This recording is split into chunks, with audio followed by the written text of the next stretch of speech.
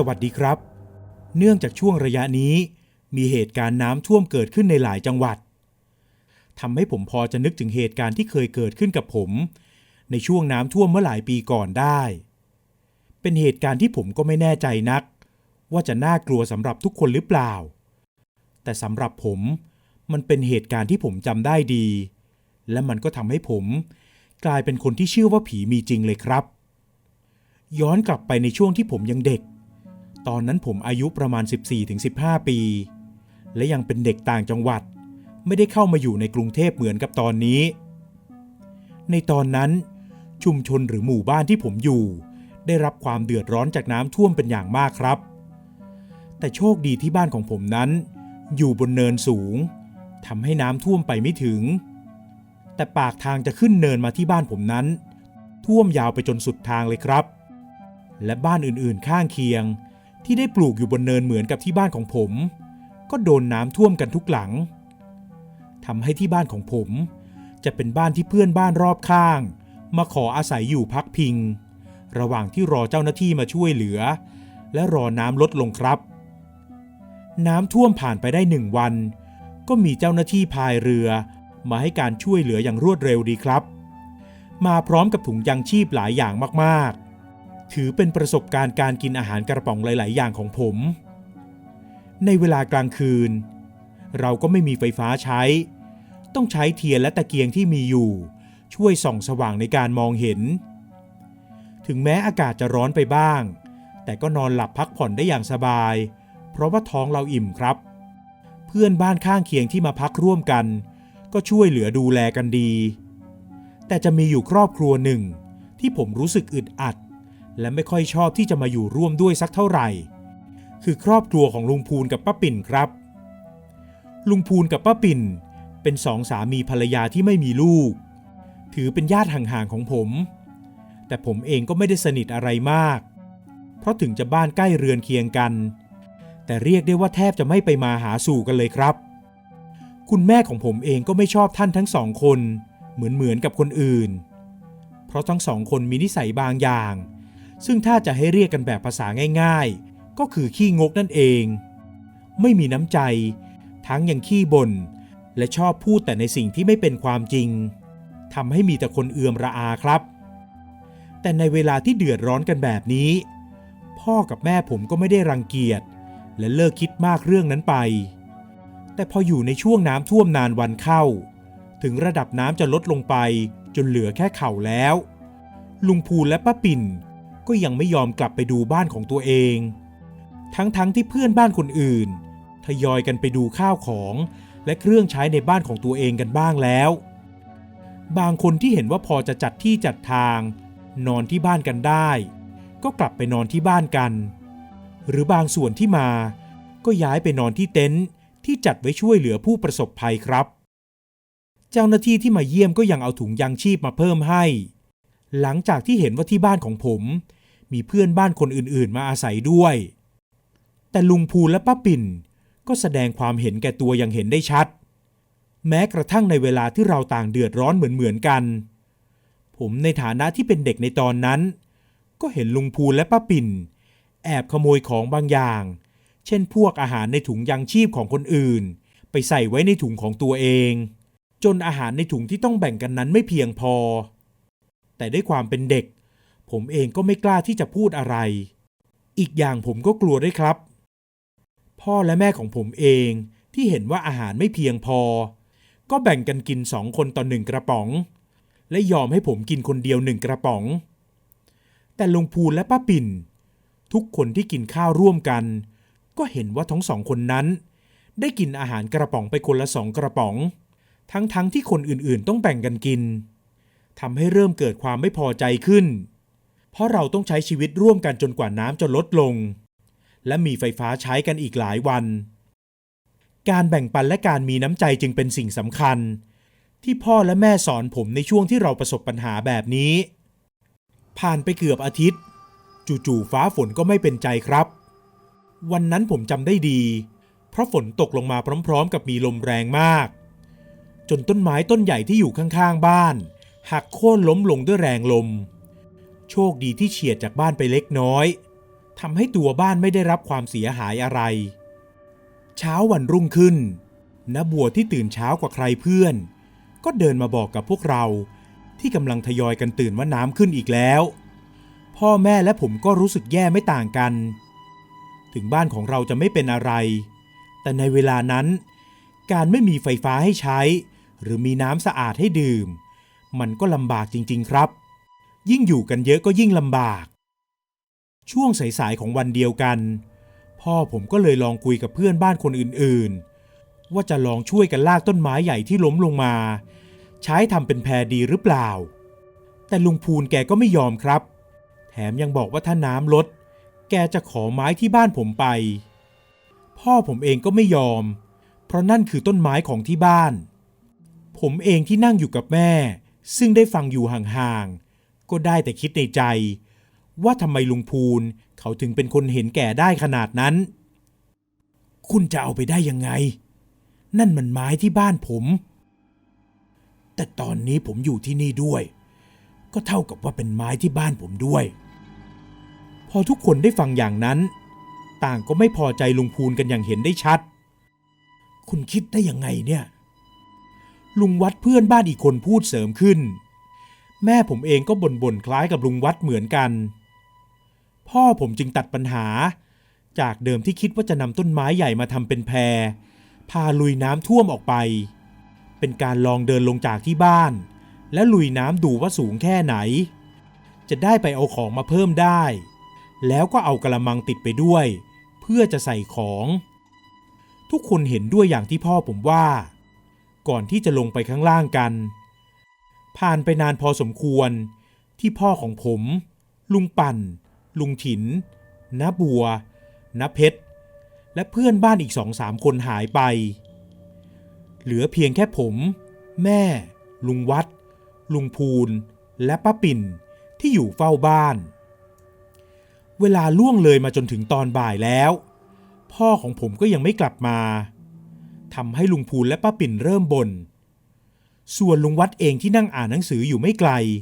ก็เริ่มแสดงอาการรำคาญผมเองก็นั่งนวดให้แม่ที่กำลังเคลิ้มจะหลับพอลุงพูนกับป้าปิ่นเริ่มบ่นมากขึ้นลุงวัดแกก็คงทนไม่ไหวต่อว่าลุงพูนกับป้าปิ่นไม่ยอมหยุดทำให้แม่ของผมต้องลุกขึ้นนั่งและบอกให้ผมขยับไปนั่งใกล้ๆแทนในตอนนั้นผมกลัวมากครับเพราะลุงวัดและลุงพูนทะเลาะกันเสียงดังและเริ่มจะไม่ใช่เรื่องเล็กน้อยแล้วจนแม่ผมต้องออกปากห้ามปรามและป้าปิ่นเองที่ทีแรกเข้าข้างลุงพูนก็เริ่มห้ามลุงพูนแล้วเหมือนกันจนทั้ง2 คนเลิกเถียงกันไปและแยกกันไปนั่งคนละที่ผ่านไปจนถึงช่วงเย็นพ่อของผมก็ยังไม่กลับมาและฝนก็ตกลงมาอีกครั้งแต่คราวนี้ไม่ได้ตกหนักเหมือนครั้งก่อนหน้านี้แม่ผมเองถึงจะเป็นห่วงพ่อแค่ไหนแต่ก็พยายามพูดให้ผมสบายใจอยู่ตลอดว่าเดี๋ยวพ่อก็กลับมาซึ่งอาจจะติดฝนอยู่และคงจะกลับมาในช่วงเช้าคืนนั้นผมและแม่จึงต้องแบ่งกันกินอาหารเหมือนเดิมส่วนลุงวัดนั้นไม่ได้กินอะไร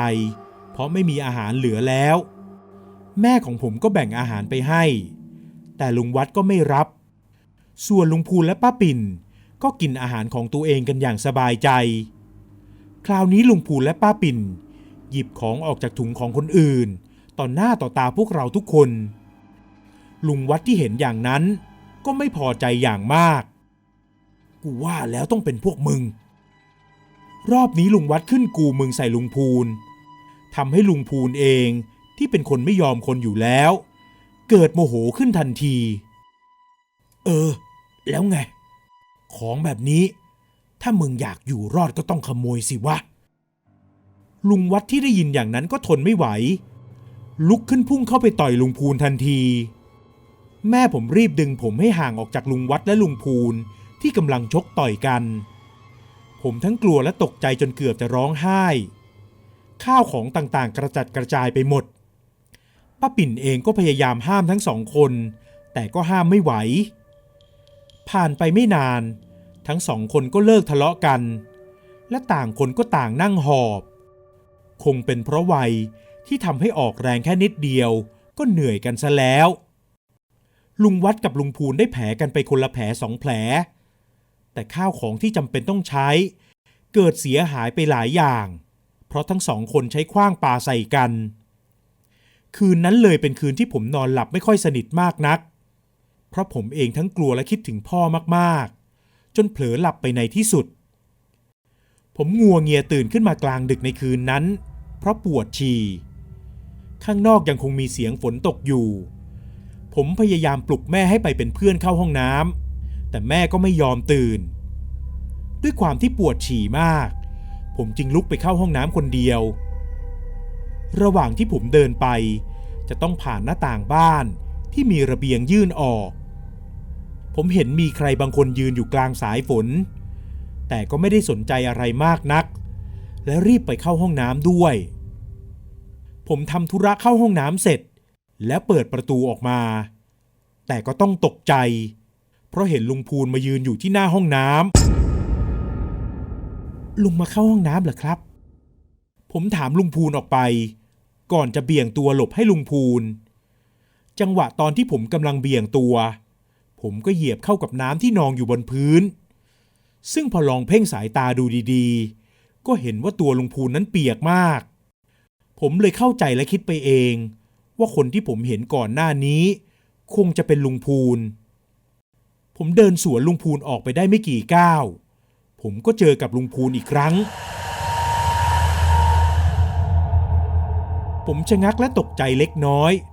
พร้อมกับหันไปมองที่ด้านหลังเมื่อกี้นี้ก่อนจะหันกลับมามองที่เดิมอีกครั้งก็ปรากฏว่าไม่มีใครอยู่แล้วผมรู้สึกไม่ค่อยดีเลยรีบเดินกลับมานอนกับแม่เหมือนเดิมแต่ตอนที่ผมกลับมานอนได้สักพักขณะที่กำลังกึ่งหลับกึ่งตื่นและรู้สึกหิวน้ำขึ้นมาเลยหยิบตะเกียงขึ้นส่องหาน้ำดูแล้วก็ไปเจอน้ำดื่มขวดหนึ่งที่ยังไม่ได้เปิดออกสิ่งของตรงนั้นวางอยู่รวมกันหลายอย่างทำให้ผมไม่รู้ว่าขวดน้ำที่ผมหยิบขึ้นมาดื่มนั้นอยู่ในถุงของใครผมเปิดขวดน้ำดื่มไปได้ไม่กี่อึกก็รู้สึกเหมือนมีคนมาทุบที่หลังทำให้ผมสำลักน้ำและไอออกมาเสียงดังผมรีบยกตะเกียงขึ้นและหันไปด้านหลังก็ปรากฏว่าไม่มีใครผมเลยรีบวางขวดน้ำลงและกลับไปนอนข้างๆแม่เหมือนเดิมจนเคลิ้มหลับไปถึงเช้าช่วงสายๆของวันต่อมาพ่อก็กลับมาพร้อมกับข้าวของเครื่องใช้หลายอย่างพร้อมกับขอโทษแม่ผมที่หายไปนานและเป็นเพราะพ่อติดฝนจริงๆจึงทำให้พ่อกลับมาไม่ได้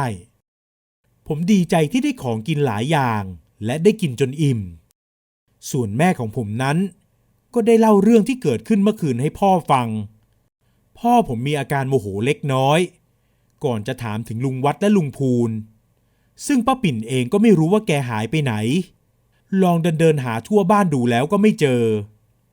แม่ของผมที่ไม่ค่อยสบายก็กลัวว่าลุง2 คนที่เพิ่งจะทะเลาะกันมาหายไปแบบนี้จะเกิดอะไรขึ้นหรือเปล่าพ่อผมจึงลองเดินหาดูแถวบ้านอีกครั้งแต่ก็ไม่เจอก็เลยคิดว่าลุง2 คนอาจจะกลับไปที่บ้านของตัวเองและยังไงก็คงจะกลับมาตกเย็นแล้วทั้ง2 คนก็ยังไม่กลับมาป้าปิ่นเองก็เริ่มบ่นเริ่มด่าลุงพูนเสียงดังขึ้นถึงแม้จะไม่มีใครชอบใจนักแต่ก็พอจะเข้าใจป้าปิ่นอยู่จนถึงเวลามืดค่ำทั้ง2 คนก็ยังไม่กลับมาทำให้ทุกคนเริ่มไม่สบายใจไปตามกันเพราะน้ำท่วมแบบนี้พวกเขาจะไปไหนได้ไกลแต่ถึงจะออกไปตามหาตอนนี้ก็คงไม่ได้เหมือนกันเลยต้องรอจนถึงพรุ่งนี้เช้าคืนนั้นผมก็นอนกับแม่และพ่อตามปกติมีแต่ป้าปิ่นเท่านั้นที่แกยังนั่งรอลุงพูนอยู่จนผมงัวเงียตื่นขึ้นมาอีกรอบเหมือนกับเมื่อคืนก็เห็นว่าป้าปิ่นกำลังนั่งบ่นหรือนั่งคุยกับใครบางคนผมนั่งมองอยู่สักพักป้าปิ่นก็หันมามองผมมองอะไรผมสะดุ้งตามเสียงของป้าปิ่นก่อนจะรีบล้มตัวลงนอนและหันหน้าไปอีกทางมึงกินของกูทำไมผมสะดุ้งตัวสุดแรง เพราะปรากฏเป็นหน้าของลุงพูนที่บวมอืดกำลังมองหน้าและพูดใส่ผมแบบนั้นหลังของผมเบียดไปชนกับหลังของแม่จนแม่ตื่นขึ้นผมตกใจจนรีบตะโกนบอกแม่ทำให้คนอื่นๆตื่นขึ้นตามกันผมเล่าเรื่องที่เกิดขึ้นให้ฟังก่อนที่ป้าปิ่นจะลุกขึ้นมาและบอกว่าผมเป็นเด็กเพ้อเจ้อแล้วทุกคนรวมถึงตัวผมก็กลับลงไปนอนเหมือนเดิมคืนนั้นกว่าผมจะนอนหลับได้อีกครั้งก็กินเวลานานอยู่พอสมควรวันถัดมาที่พ่อผมตัดสินใจว่าจะออกไปเดินตามหาลุงวัดกับลุงพูนอีกครั้งพี่เพชรที่อยู่ข้างบ้านก็วิ่งหน้าตาตื่นลุยน้ำขึ้นมาจากฝั่งทางบ้านของแกพี่พงษ์ศพคนพี่ศพคนทุกคนตกใจกับสิ่งที่พี่เพชรบอกแต่คนที่วิ่งไปคนแรกเลยก็คือป้าปิ่นพ่อผมเองก่อนที่จะตามไปก็หันมาบอกให้ผมอยู่กับแม่ที่บ้านไม่นานหลังจากที่ป้าปิ่นวิ่งไปก็มีเสียงกรีดร้องคร่ำครวญเกิดขึ้นพ่อและเพื่อนบ้านคนอื่นๆที่เป็นผู้ชายช่วยกันเอาร่างของลุงพูนขึ้นมาจากน้ำผมเห็นอย่างนั้นก็นึกถึงหน้าลุงพูนเมื่อคืนซึ่งเป็นแบบเดียวกันไม่มีผิดแต่ผมยืนดูอยู่ได้ไม่นานพ่อผมก็รีบบอกให้ผมเข้าบ้านไปร่างของลุงพูนถูกเอามาไว้ที่ลานจอดรถบริเวณหน้าบ้านที่เป็นลานเปิดโล่งพ่อผมเอาผ้าใบมาคลุมไว้ป้าปิ่นแกก็ร้องไห้ไม่หยุดพร้อมกับด่าทุกคนและสาปแช่งลุงวัดเพราะลุงวัดแกก็หายตัวไปทำให้ทุกคนคิดว่า